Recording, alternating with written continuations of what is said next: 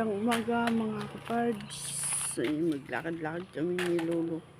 Tuwing umaga, dito kami sa labas ng bahay. Naglalakad.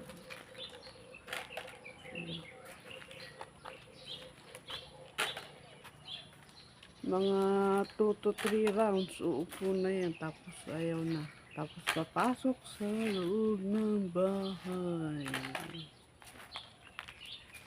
Butit maluwag ang kanilang bakuran at pwede maglakad-lakad.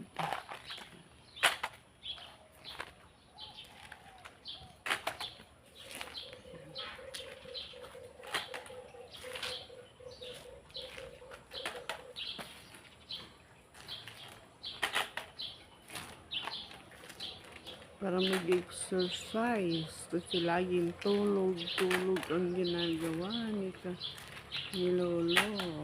Andiyan naman yung aming service ni Lolo. Ayan, nakapak.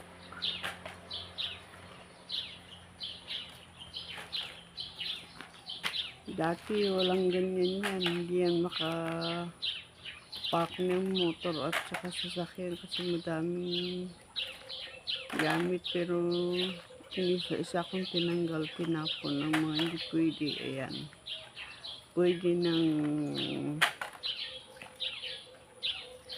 parkan ng sasakyan. Mayroong dating nagbantay kay Lolo pero wala naman, hindi naman gano'n ang ginawa, kaya ako lang nakagawa ng parts. Kaya ayan din, ganun lang talaga ang buhay. Pag may magtamad magtrabaho, meron ko nung masipag ng konti, ayun, naayos na.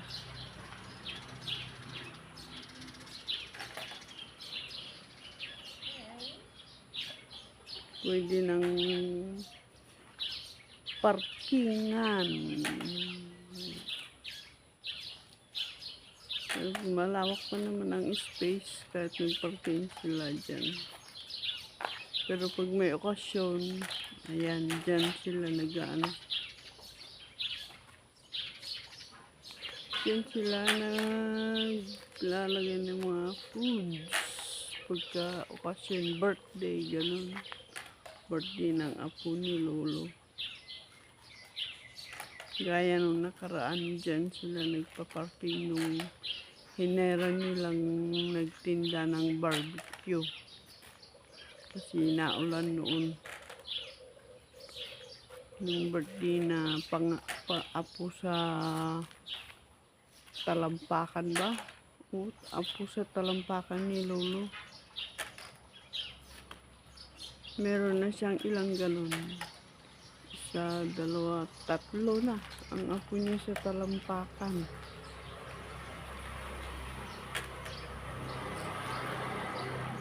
Ganda, no? Haba ng buhay. Sana aabot din tayo sa mga ganitong edad para makita natin ang ating kaapu-apuhan. Kaapu-apuhan hanggang sa talampakan, di ba?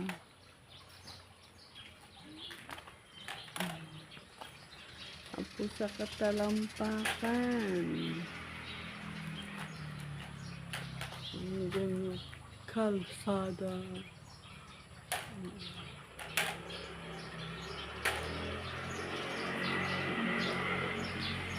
Ilang round lang yan, uupo na, ayaw na niya.